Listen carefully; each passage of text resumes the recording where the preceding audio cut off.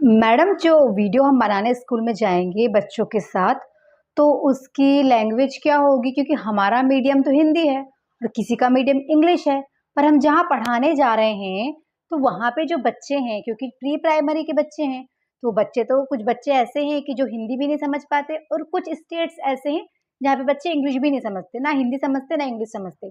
तो किस भाषा में हम बच्चों को एक्टिविटी कराते हुए वीडियोज़ बनाएँगे, जो हमको चरण 2 के 30 बनाने हैं और चरण 3 के 20, ये बता दीजिए मैडम। ठीक है, तो चलिए इसी टॉपिक पे आज हम अपना ये वीडियो बनाने जा रहे हैं। इसको ध्यान से सुनिएगा, बहुत बड़ा वीडियो नहीं है, शॉर्ट है पर बहुत इन्फॉर्मेटिव वीडियो है। तो फटाफट आप लोग अगर लाइक, शेयर, सब्सक्राइब नहीं किए हैं तो कर लीजिए, ताकि आपको डीईसी 4 प्रोजेक्ट से रिलेटेड और डीईसी कोड से रिलेटेड सारी इन्फॉर्मेशंस आपको मिलती रहे। हेलो स्टूडेंट्स, मेरा नाम है रश्मि और स्वागत है आपका मेरे इस चैनल पर, जिसका नाम है टीचिंग लर्निंग, जहां मैं स्पेशली बात करती हूँ इग्नू से होने वाले डीईसी कोर्स के बारे में, जिसमें इग्नू में साल में 2 सेशंस में एडमिशन होते हैं, जनवरी के सेशन में और जुलाई के सेशन में। जैसे कि जनवरी 2025 के एडमिशन्स खत्म हो चुके और बच्चों ने क्या किया, अपने असाइनमेंट और प्रोजेक्ट बनाने स्टार्ट कर दिए हैं। ऐसे ही जुलाई 2025 के सेशन में जिन्होंने एडमिशन्स लिए थे जुलाई, अगस्त, सितंबर तक, तो उन बच्चों को भी अब अपने असाइनमेंट और प्रोजेक्ट बनाना स्टार्ट कर देना चाहिए, ताकि टाइम पे उनकी सारी चीज़ें कंप्लीट हो जाएँ। ठीक है स्टूडेंट? तो थोड़ा जहाँ भी हैं आप, जहाँ से भी मेरा वीडियो देख रहे हैं, 5 मिनट के लिए बैठ जाइए, ताकि आप अगर ये कोर्स कर रहे हैं और आप अगर प्रोजेक्ट बनाने जा रहे हैं, तो आपके मन में जो भी क्वेश्चन्स है प्रोजेक्ट से रिलेटेड, वो आपको थोड़ा क्लियर हो जाए, ठीक? तो मैडम, कुछ बच्चों का ऐसा है कि मैडम, जो प्रोजेक्ट हम बना रहे हैं, क्या ये बनाना बहुत ज़रूरी है? क्या बिना प्रोजेक्ट के हमारा कोर्स नहीं होगा कंप्लीट? बिल्कुल नहीं। It is the part of your course, ठीक? दूसरी बात, मैडम किसी से बनवा के ले ले बनी-बनाई फाइल, और वीडियो भी कोई और बोल रहा है कि वो बना के दे देगा, ऐसा यूट्यूब पे बहुत चल रहा है, क्योंकि बच्चे लगातार मुझे कॉल, मैसेजेस करके ये बात बता रहे हैं और मुझसे भी बोल रहे हैं कि मैडम आप हमें वीडियो बना के दे दीजिए या आप हमारी फाइल बना के दे दीजिए। तो जब आप गाइडलाइन पढ़ेंगे या कभी इंडक्शन मीटिंग में जाएँगे डीईसी कोर्स वाले बच्चे, तो क्लियरली आपको ये बात वहाँ बताई जाती है कि आपको अपने असाइनमेंट्स की तीनों फाइल, अपनी प्रोजेक्ट की फाइल अपने हाथ से ही बना के जमा करनी है। ठीक है? अपने हैंड रिटन ही जाएगी। किसी से ले रहे हो, आप अपनी रिस्क पे ले रहे हो, रिजेक्ट होती है फाइल, ठीक?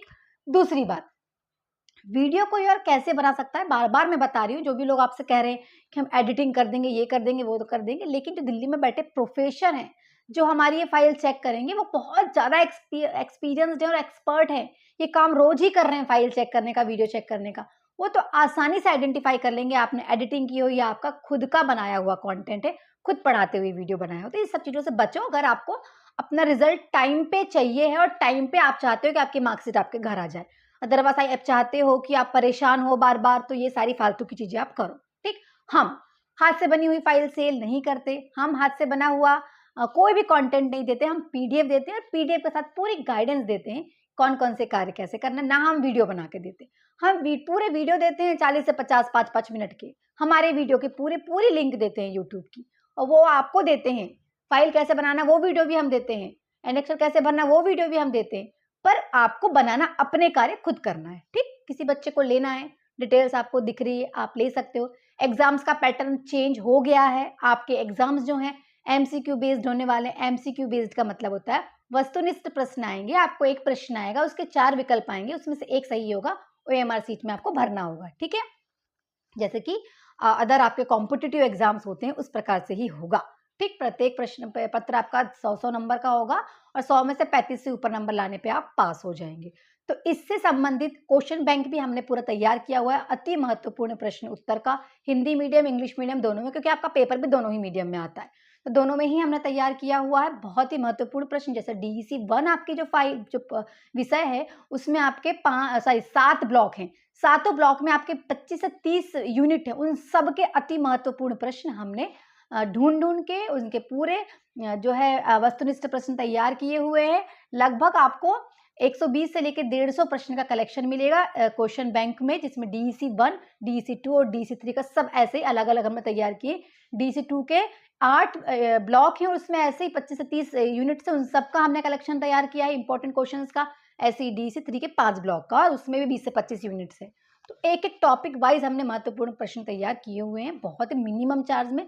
₹50 पर सब्जेक्ट आपका पीडीएफ आपको क्वेश्चन बैंक का मिल जाएगा, तो ₹150 में पूरा क्वेश्चन बैंक मिल जाएगा, 100 रुपये में असाइनमेंट है और 600 रुपये में आपका प्रोजेक्ट का PDF है। इंडिविजुअल अलग अलग लेना है तो अलग अलग ले सकते हैं। कॉम्बो पैक 850 रुपये का है। ठीक, ये डिटेल्स आपको पता चल गई। अब आ जाते हैं कि किस लैंग्वेज में बनाए मैडम। जैसे कुछ बच्चे नॉर्थ ईस्ट के हैं, अब उन्होंने सब्जेक्ट जो है ये DEC कोर्स हिंदी और इंग्लिश मीडियम में चूज कर लिया है। कुछ उड़ीसा के बच्चे हैं, कुछ साउथ इंडियन है तो तमिल, कन्नड़, कर्नाटक, मतलब अलग अलग लैंग्वेज। तमिल में तो खैर ये कोर्स होता है, ठीक है। बाकी जैसे कन्नड़ा है, मलयालम है, ठीक है। कुछ लोग पंजाब के हैं तो वहाँ पंजाबी चलती है, कुछ लोग हरियाणा के हैं, कुछ राजस्थान के हैं। तो वहाँ के छोटे छोटे जो बच्चे हैं, क्योंकि हमको ये ट्रेनिंग छोटे बच्चों के साथ करना है ना, एकदम छोटे बच्चे हैं जो 3 से 6 साल तक के बच्चे, तो हो सकता है कि वो बच्चे ना हिंदी समझते हो ना इंग्लिश समझते हो। तो फिर हम क्या करें मैडम, तो उसके लिए आपकी जो रीजनल लैंग्वेज है, वो लैंग्वेज जिसमें वो बच्चे आपकी एक्टिविटी को समझ पाएं, उसी लैंग्वेज में आपको अपने वीडियोस बनाने हैं, उसी लैंग्वेज में आपको पढ़ाना है।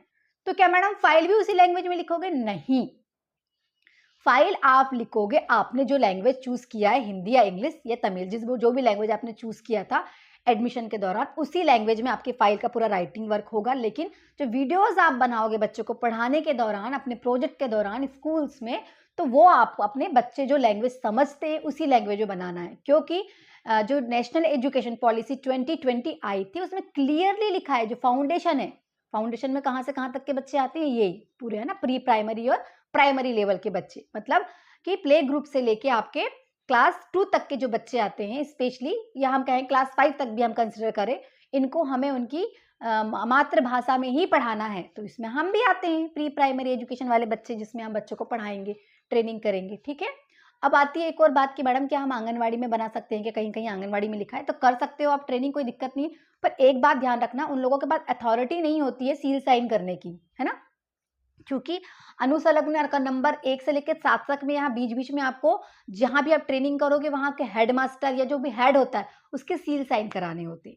तो ये बात आप देख के करिएगा। दूसरी बात कि आपका गाइड कौन होगा? भाई गाइड आपके लोकल का ही बंदा कोई ना कोई होगा, जिसके अंडर में आप जहाँ पे भी आप ट्रेनिंग कर रहे हो उसके मार्गदर्शन में ही आप करोगे। और वो प्री प्राइमरी एजुकेशन या एलिमेंट्री एजुकेशन के ऊपर कोई भी 6 महीने से ऊपर का उसने कोर्स किया हुआ हो, तो ऐसा ही बंदा होगा, लोकल का ही होगा। लोग, क्योंकि आप अगर जम्मू कश्मीर के हो तो कन्याकुमारी के बच्चे को नहीं बना सकते हो किसी इंसान को अपना गाइड, क्योंकि वो आपको गाइड कैसे करेगा? आपके आसपास का होगा तो ही आपको पूरे प्रोजेक्ट के दौरान वो गाइड करेगा। तो ये थोड़ी कॉमन सेंस वाली चीजें हमको भी ध्यान रखना है और फिर अपना ये कार्य करना है। प्रोजेक्ट में जो आपके वीडियोस बनेंगे, चरण 2 में 30 एक्टिविटी है तो 30 ही वीडियो बनेंगे। बार बार बता रही हूँ, तो चरण 1 में कोई वीडियो नहीं बनते। 5 दिन में सिर्फ हमको ऑब्जर्वेशन करना होता है, एक प्रॉपर फॉर्मेट में पूरा ऑब्जर्वेशन लिखना होता है। फॉर्मेट सारा DEC 4 की बुकलेट में लिखा है। जैसे हमसे भी PDF लेते हो बच्चे, तो आप लोग बोलते हो कि मैडम इतना सारा लिख के क्यों दियो? अरे मैंने अपने मन से नहीं लिखा, DEC 4 की बुकलेट में सब लिखा है कि कितना कितना लिखना है। कुछ बच्चों ने XYZ किसी से PDF लिया, उन्होंने बड़ा शॉर्ट में लिख के दिया, उन्होंने भेजा भी मुझे कि मैडम हमने इससे लिए हैं, अब देखिए इनने हमको इतना सा लिख के दिए, तो देखिए आप लोगों की फाइल रिजेक्ट हो जाएगी, मैं बता दे रही हूँ। बहुत ही प्रॉपर इंस्ट्रक्शन लिखे हुए हैं DEC 4 की बुकलेट में कि प्रॉपरली लिखना है। और आप इग्नू के ऑफिशियल वेबसाइट पे जाओगे तो दिल्ली में जो मैडम लोग हैं DEC 4 के जो कोऑर्डिनेटर्स हैं, उन्होंने अलग से अपने वीडियो डाले हुए हैं और बताया है कि आपको शॉर्टकट में चीजें नहीं करना है कि बस गए और लिख दिए आ गए, खत्म काम नहीं। प्रॉपर एक्सप्लेनेशन करना है, हर एक चीज का विस्तार पूर्वक लिखना है हमको अपने प्रोजेक्ट की फाइल में, ठीक है।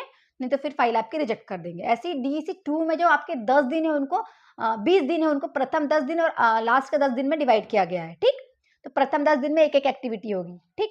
अगले 10 दिन में कितने होंगी? 2 एक्टिविटी होगी। तो चरण 3 में कितनी एक्टिविटी, चरण 2 में कितनी एक्टिविटी होगी? 30, ठीक। तो 10 दिन तक तो एक नंबर डालोगी। जैसे 11वां दिन आएगा तो वहां पे आप क्या लिखोगे? 2 एक्टिविटी करोगे, तो 11वें नंबर की एक्टिविटी और 12वें नंबर की एक्टिविटी। ऐसे 12वां दिन आएगा तो कौन से नंबर की एक्टिविटी होगी आपकी? 13वें नंबर की एक्टिविटी, 14वें नंबर की एक्टिविटी। तो कंफ्यूज नहीं होना है। वैसे 30 एक्टिविटी आपकी होंगी चरण 2 में। अब आ जाते हैं चरण 3 में। चरण 3 5 दिन का है, प्रत्येक दिन में आपको 4 एक्टिविटी करना है, तो आपके 5 दिन में 20 एक्टिविटी होंगी। इनकी फोटोज भी लेनी है। कुछ लोगों ने, बच्चों ने यहाँ वहां से जो PDFs लिए हैं, तो मुझे बार बार मैसेज कॉल कर रहे हैं कि मैडम उन्होंने बहुत सारी पिक्चर्स और स्टिकर्स लगा के दिया है, आपके PDF में तो कम है। तो देखिए मैं बता दूं कि मैं अलग से दे देती हूँ। बच्चे अगर मुझे मांगते हैं कि मैडम एक्टिविटी के जो पोस्टर्स है, स्टिकर्स है, वो दे दो, तो मैं दे देती हूँ। बच्चों को मांग सकते हो, जो पुराने बच्चे वो भी मांग सकते हो। लेकिन पॉलिसीज ये है कि हमको अपनी फोटोज लगानी है एक्टिविटी करते हुए, अपनी, है ना, एक कार्टून बना दिए, कार्टून कर रहा है फाइन मोटर स्किल पे बेस्ड एक्टिविटी, वो तो ठीक है, आपने लगा दिया है पोस्टर्स या स्टिकर्स लगा दिया, लेकिन आप फाइन मोटर स्किल पे बेस्ड कोई एक्टिविटी करा रहे हो तो आपको अपनी फोटोज भी लेना है 50 एक्टिविटी की, और 50 वीडियो भी लेना है। वीडियो पेन ड्राइव पे जाएंगे और फोटोज का प्रिंट निकाल के अपनी हर एक्टिविटी के साथ आप फाइल में लगाओगे। ठीक, यही रूल्स हैं। ठीक, और यही आपकी फाइल को अट्रैक्टिव बनाएगा, यही ऑथेंटिक बनाता है। अनुसंधान क्रमांक 1 से लेकर 7 तक पूरे ही आपकी फाइल में लगेंगे। उसमें से कुछ ही पार्ट संशोधित हुए हैं तो उनमें लिखा हुआ है संशोधित, जैसे कि 1 का क ख संशोधित हुआ है और 7 संशोधित हुआ है, बाकी सब पुराने ही हैं, वो सब लगेंगे, सबके सब लगेंगे, लिखा हुआ है गाइडलाइन में ये सारी चीजें। ठीक, तो लैंग्वेज को लेकर जितने भी बच्चों को प्रॉब्लम थी, अभी आप लोगों का डाउट क्लियर हो गया होगा। प्रोजेक्ट को लेकर जितने भी डाउट थे वो भी क्लियर हो गए होंगे। फीस आपको पे करनी है प्रोजेक्ट की 500 रुपए एग्जाम फॉर्म के साथ, वो रिसिप्ट आपकी फाइल में लगेगा, पेन ड्राइव भी आपकी फाइल के साथ ही दिल्ली जाएगी।